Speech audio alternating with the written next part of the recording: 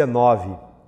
Nós estamos nesta semana comemorando a semana chamada Santa, em que no Brasil, no mundo, param para a celebração da morte, do sacrifício de Cristo.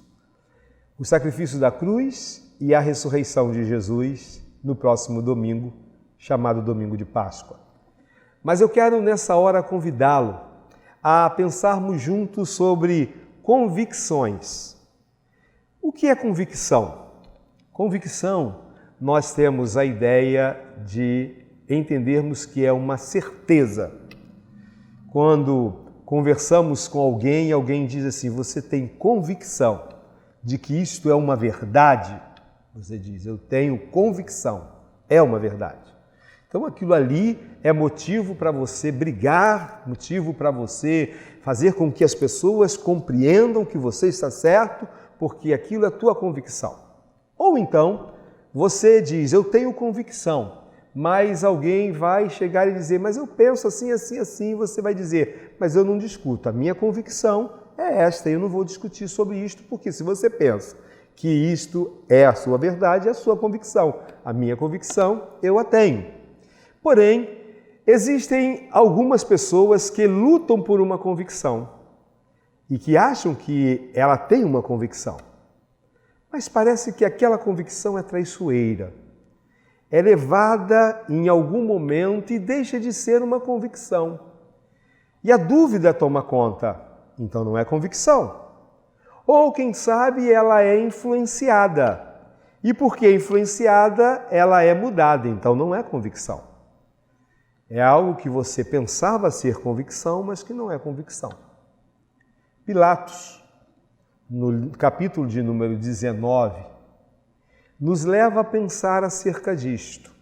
E Barrabás vai nos fazer, de alguma forma, refletir se tudo o que pensamos acerca de Cristo é, de fato, uma convicção. Se, de verdade, nós somos cristãos, discípulos de Jesus. Tanto Pilatos quanto Barrabás nos leva a pensarmos sobre convicções que nos traem, convicções traiçoeiras. No capítulo de número 19 diz assim: Pilatos, pois, tomou então a Jesus e o açoitou. E os soldados, tecendo uma coroa de espinhos, lhe puseram sobre a cabeça e lhe vestiram uma veste de púrpura. E diziam: Salve, Rei dos Judeus! E davam-lhe bufetadas. Então Pilatos saiu outra vez fora e disse-lhes: Eis aqui, vos trago fora para que saibais que não acho nele crime algum. Saiu, pois, Jesus, levando a coroa de espinhos e a veste de púrpura. E disse-lhe Pilatos: Eis aqui o homem. Vendo, pois, os principais dos sacerdotes e os servos, gritaram, dizendo: Crucifica-o! Crucifica-o! Disse-lhes Pilatos: Tomai-o vós e crucificai-o, porque eu nenhum crime acho nele. Responderam-lhe os judeus: Nós temos uma lei, e segundo a nossa lei deve morrer, porque se fez filho de Deus. E Pilatos, quando ouviu essa palavra, mais atemorizado ficou.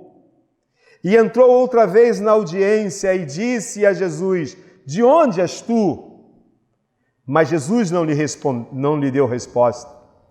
Disse-lhe, pois, Pilatos: Não me falas a mim? Não sabes tu que tenho poder para te crucificar, mas tenho poder para te soltar? Respondeu Jesus: Nenhum poder terias contra mim, se de cima te não fosse dado. Mas aquele que me entregou a ti, maior pecado tem. Desde então Pilatos procurava soltá-lo, mas os judeus gritavam, dizendo: se soltas este, não és amigo de César. Qualquer que se faz rei é contra César. Ouvindo, pois, Pilatos esse dito, levou Jesus para fora, assentou-se no tribunal no lugar chamado Listrótofos, e em hebraico é o nome Gabatá, e era a preparação da Páscoa, quase a hora sexta. E disse aos judeus: eis aqui o vosso rei. Mas eles bradaram: tira, tira, crucifica-o. Disse Pilatos: hei de crucificar o vosso rei? Responderam os principais dos sacerdotes: não temos rei, senão César. Então entregou-lhe para que fosse crucificado. E tomou a Jesus e o levaram. E diz a palavra de Deus, em outro texto, que diante de um momento em que Pilatos estava ali, junto daquele povo, Pilatos então tem a oportunidade de perguntar ao povo: quem então você deseja que seja solto? No livro de Lucas registra-se: a Jesus ou a Barrabás? E o povo gritava: soltem Barrabás e crucifiquem Jesus. Soltem Barrabás e crucifiquem a Jesus. E assim foi feito. O que eu quero pensar nessa hora, a partir daquilo que é trabalhado no meu coração, para compartilhar com você a partir desse texto. Vocês podem entender em todo o tempo que Pilatos tinha uma certeza: que Jesus era inocente, que Jesus não tinha mal algum para ser crucificado.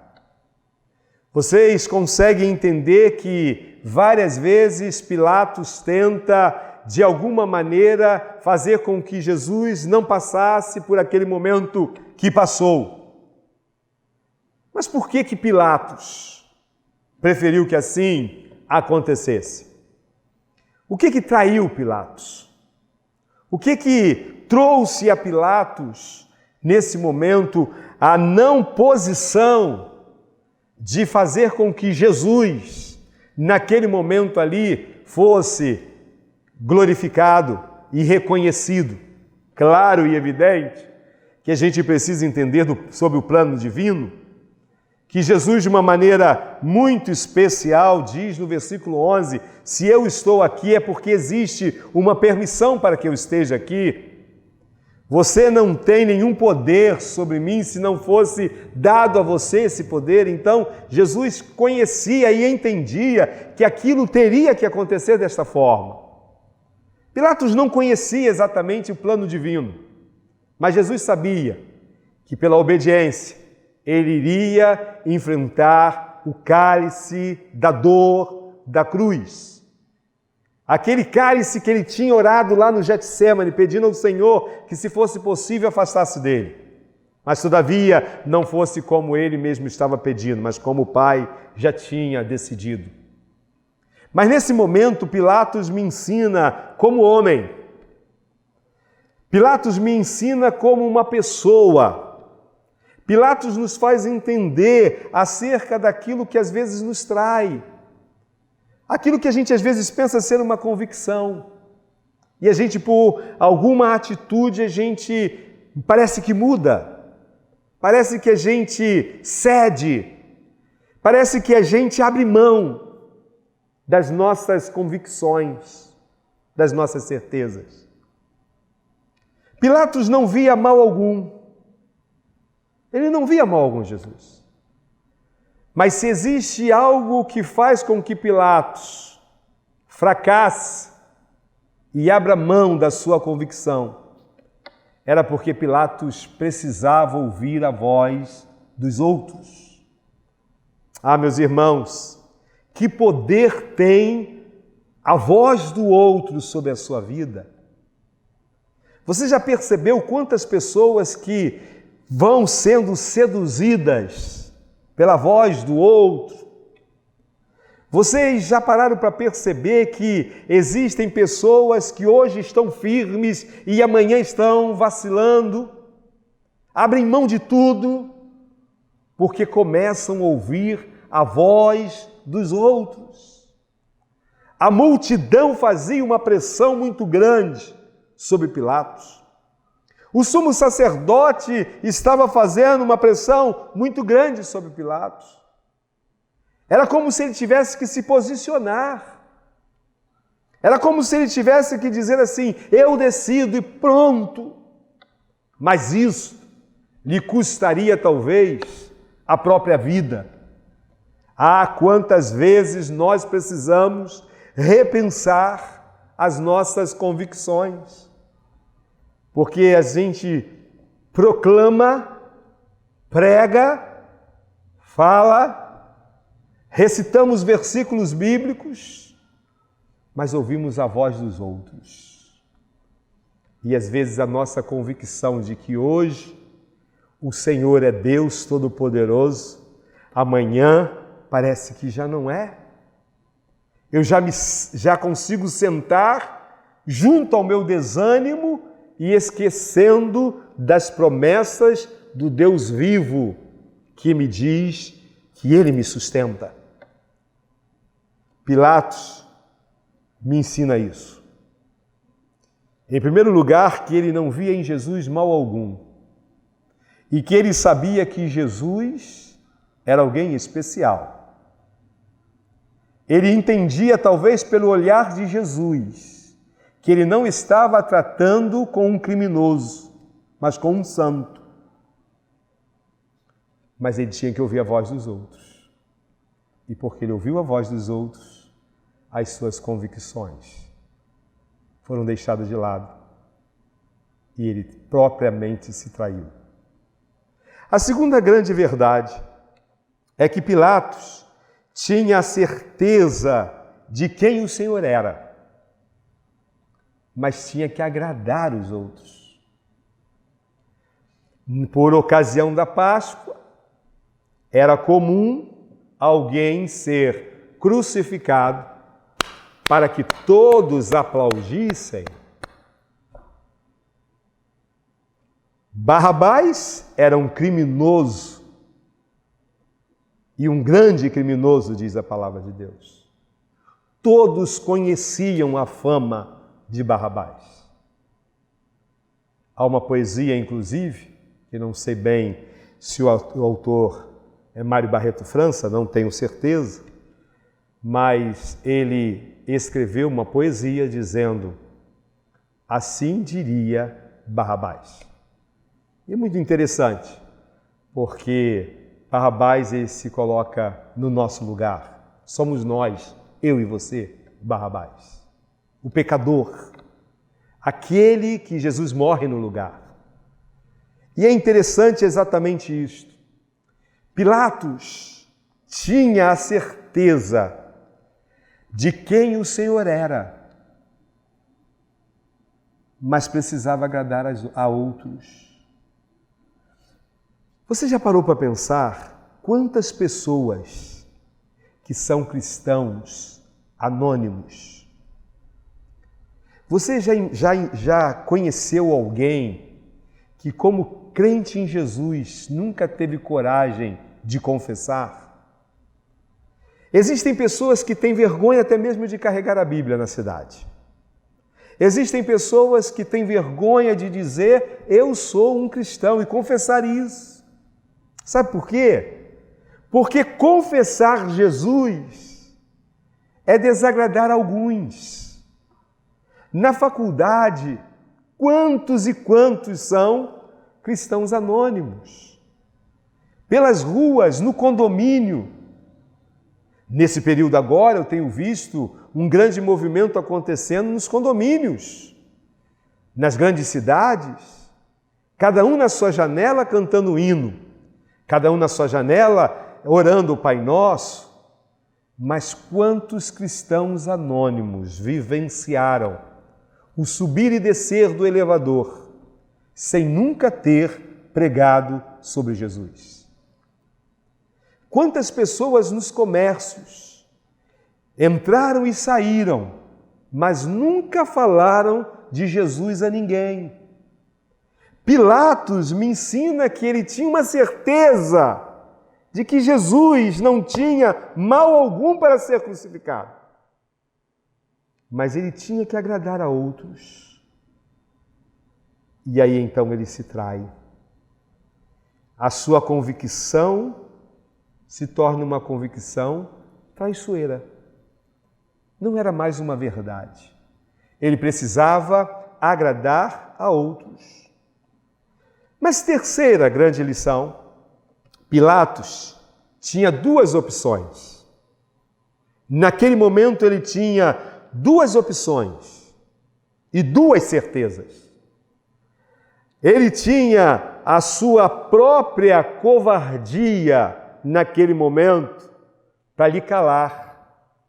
Porque as duas opções eram, ou ele escolhia Jesus, em quem não via mal algum e que ele declara várias vezes, ou Barrabás. Então o que ele faz? Ele então toma uma decisão. Quem vai decidir isso é o povo.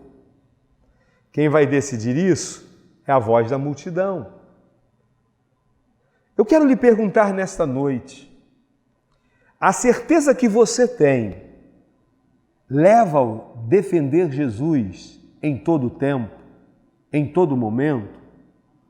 Ou você tem vivenciado a oportunidade de dizer o seguinte, olha, bom, neste caso vocês decidem por mim. Nesse caso, eu vou ficar com a maioria. Ou, melhor, neste caso eu faço o seguinte, eu agrado o povão. Quantas pessoas querendo agradar o povão? Quando, na verdade, ser cristão, ser discípulo, é tomar a cruz e seguir o Senhor. Ser discípulo é andar na contramão, é desagradar a muitos. Jesus disse que o verdadeiro discípulo seria odiado pelo mundo inteiro, porque odiaram a Jesus e iriam odiar os discípulos. Escolher, fazer uma opção por Jesus é pagar o preço da cruz. É entender que não vive mais eu, mas Cristo é que vive em mim. E não importa o que as pessoas pensam, o meu compromisso é com o Cristo que morreu na cruz em meu lugar. O meu compromisso é com aquele que deu a vida em meu lugar. Então é importante que a gente aprenda sobre a posição de Pilatos e as suas convicções, porque são muito parecidas com a atitude e o comportamento desta humanidade, da humanidade desse tempo, em que nós precisamos aprender a termos coragem para falar e pregar em tempo e fora de tempo, que só Jesus Cristo salva, que Jesus Cristo é o Senhor e que sem o Senhor Jesus não há salvação. Não adianta, meu irmão. O mundo, nesse momento, para por conta do vírus. Mas nunca silenciaram diante do poder de Deus. Este é um tempo de reflexão. Este é um tempo para que, na quarentena, a gente aprenda isso. O Cristo que morreu na cruz nos convida a uma reflexão. Quem de fato tenho crido? A quem de fato tenho escutado? E diante das opções que tenho, quem tenho escolhido? Qual é a minha prioridade? Mas a gente para e pensa em Barrabás. Quando a gente assiste a alguns filmes, A Paixão de Cristo, por exemplo, que fez um sucesso tremendo, em que aquele momento em que você vê o povo gritando, crucifica-o, crucifica-o, arrancavam lágrimas dos nossos olhos, e a gente imaginava que povo cruel era aquele que soltava Barrabás e crucificava o homem que fez tantos milagres e amou tanto a humanidade. Quantos questionamentos! Eu me lembro que no dia da estreia que eu assisti aquele filme, nós saíamos chorando. Foi realmente a bilheteria, né, recorde com aquele filme. E eu me lembro que muitos, na hora que gritava Barrabás, Barrabás, soltem Barrabás, dentro da sala, as pessoas davam vaia. E eu me lembro até hoje de uma pessoa que estava sentada ao meu lado e que dizia: como é possível o povo fazer isso com Cristo? Pois é, mas Barrabás continua sendo solto. Barrabás continua sendo libertado e Cristo continua sendo crucificado. Sabe por quê? Porque nós também escolhemos Barrabás, muitas vezes. Sabe quando nós escolhemos Barrabás? Quando nós preferimos não renunciar o que sabemos que não é o certo. Não renunciamos. Nós sabemos que não é o certo, mas nós não renunciamos. Solte Barrabás, crucifique Jesus. Leve Jesus à cruz. Porque eu sei o que é certo, mas eu prefiro o que está errado. Eu sei o que é certo, mas a minha vontade é soltar, é gritar, é deixar livre aquilo que eu sei que está errado. O pecado tem destruído a história da humanidade. O salário do pecado é a morte. Mas Barrabás tem sido solto. O grito solte Barrabás continua ainda a ecoar no mundo inteiro. Sabe quando nós escolhemos Barrabás? Quando as nossas convicções não são alicerçadas na verdade. E alguém chega até nós e começa a dizer que a palavra de Deus não é bem assim. A palavra de Deus, ela caducou. A palavra de Deus foi escrita para um povo, mas não para nós. O que importa é ser feliz. O que importa é o momento. O que importa é o que eu penso. O que importa é o que nós pensamos. E aí, com isto, a gente começa a ver os vícios aumentando, a promiscuidade tomando corpo em maiores proporções, famílias inteiras que tinham uma vida moral íntegra, sendo marcada então agora pelo liberalismo, em que tudo é normal, tudo pode. E a gente tem visto a sociedade se corrompendo, se distanciando, as igrejas sofrendo e a cada dia mais as coisas ruins acontecendo, e a gente tem visto o esfriamento da fé, a gente tem visto as pessoas a cada dia mais abandonando os princípios bíblicos verdadeiros de Deus. Por quê? Porque a sociedade está gritando: solte Barrabás e crucifique Jesus. Então preste atenção. Quando eu deixo as minhas convicções, é porque elas não estavam alicerçadas na verdade. Quem é convicto não abre mão da verdade. Sabe o que é certo e ama a palavra de Deus. Mas em terceiro lugar, meu irmão, quando somos influenciados pela voz do mundo, aclamamos o erro e rejeitamos a retidão. Preste atenção nesta frase que vou dizer. Quando é que gritamos, solte Barrabás?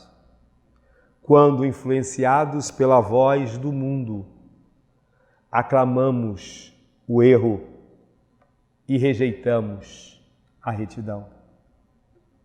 Estamos dentro de um Brasil que se diz cristão, mas estamos dentro de um país onde as leis tentam, nessa ideia de igualdade social, abrir mão dos valores eternos e da família. A família, meu amado irmão, foi Deus que criou. E a família criada por Deus, no início de todas as coisas, trouxe a ideia a Adão e Eva de multiplicar, de povoar a terra, de ser abençoado, de ser próspero, de ser frutífero. Mas a sociedade, desde o pecado, tem gritado, tem feito com que Deus e todas as coisas que Deus criou, fez, fossem confrontados pelas escolhas erradas. Nós, como servos de Deus, vamos lutar para que todos tenham direitos.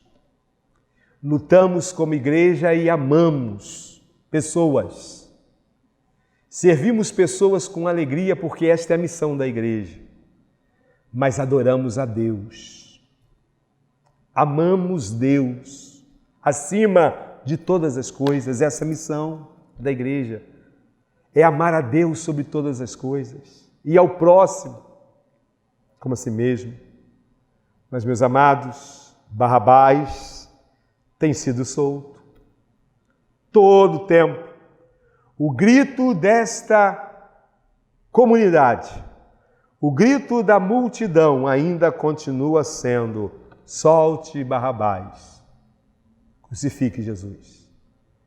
Por quê? Porque a influência da voz do mundo vai continuar aclamando, brigando pelo erro, como se o erro fosse uma verdade.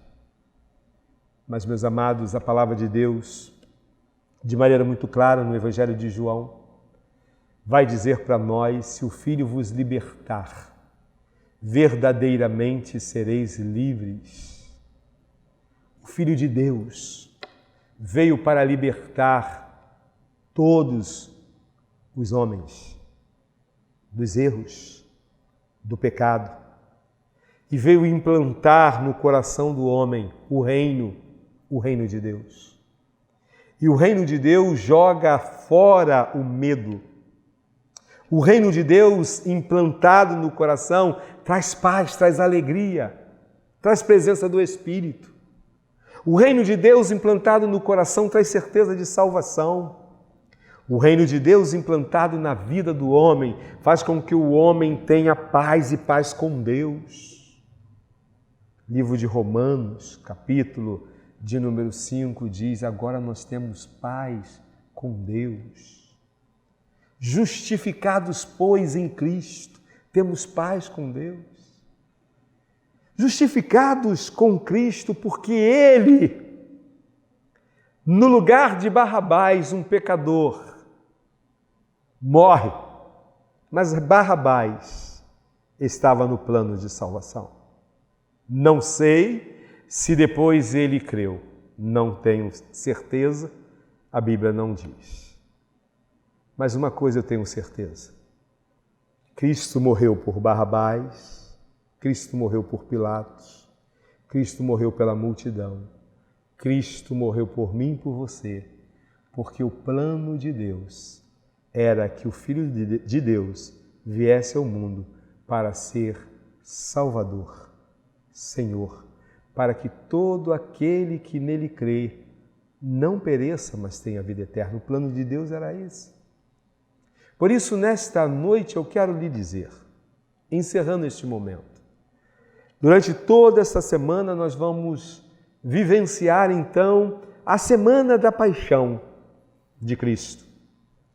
Na sexta-feira, especificamente, nos lembraremos da morte de Cristo. Mas guarde no seu coração aquele momento em que Jesus, na cruz, declara: Tetelestai, está consumado, está tudo pronto. Quando Pilatos pensava ser ele o juiz que iria decidir vida ou morte para Jesus, Jesus diz para Pilatos: você não sabe de nada. A autoridade que você tem é permissão para que você decida o que tem que ser decidido. Jesus sabia que ele seria Senhor daqui a pouco de todos os homens e Salvador da história e Salvador dos homens. Por isso que Isaías 53 vai dizer: ele foi desprezado. Olhávamos nós para ele e nenhuma beleza víamos para que o desejássemos. Mas ele tomou sobre si o pecado de todos nós. E ele, então, ergue ao terceiro dia para trazer ao homem a convicção de que ele é Senhor de todas as coisas, dos vivos e dos mortos. Que Deus lhe abençoe nesta noite. Que você entregue seu coração ao Senhor, se você ainda não o fez. E o que é entregar o coração, você talvez perguntaria. O coração é a ideia do centro das emoções. O coração é a ideia de que você tem aqui coisas guardadas, planejamentos feitos aqui, mas que de alguma maneira parece que estão aqui. Então eu quero lhe dizer uma coisa: entrega completamente quem você é, seus planos, seus projetos e a sua vida ao Senhor. Confia nele e o mais ele vai fazer. E detalhe, confesse nesta noite que você renuncia o Barrabás que existe em você e que você faz uma opção grandiosa, se render àquele que é Senhor e Cristo, Senhor e Salvador. Que Deus lhe abençoe, que Deus lhe dê paz no coração. E se você, nesta noite, aceita o senhorio de Cristo em sua vida, coloque aí nos comentários, dizendo assim: nesta noite eu entendo que Jesus é o meu Senhor. Faça isso. Nós oraremos por você, nós queremos conhecê-lo, queremos dizer para você que nós queremos muito que você tome essa decisão e o aceite como Salvador. E entraremos em contato com você caso, nesta hora, você esteja entregando a sua vida ao Senhor. Vamos orar juntos? Pai, em nome de Jesus, nós pedimos ao Senhor que o Senhor traga em cada coração a certeza e a convicção em todo o tempo de que nós temos um Senhor que supre todas as nossas necessidades, que temos um Salvador que morreu em nosso lugar para que tivéssemos vida e vida eterna. Que todas as pessoas que estão agora cultuando conosco possam declarar com os seus lábios que o Senhor é em todo o tempo o Salvador das próprias vidas e que o Senhor, ó Deus, nos ajude a tomarmos uma decisão, a não precisarmos ouvir a voz da multidão, nem tampouco agradarmos pessoas.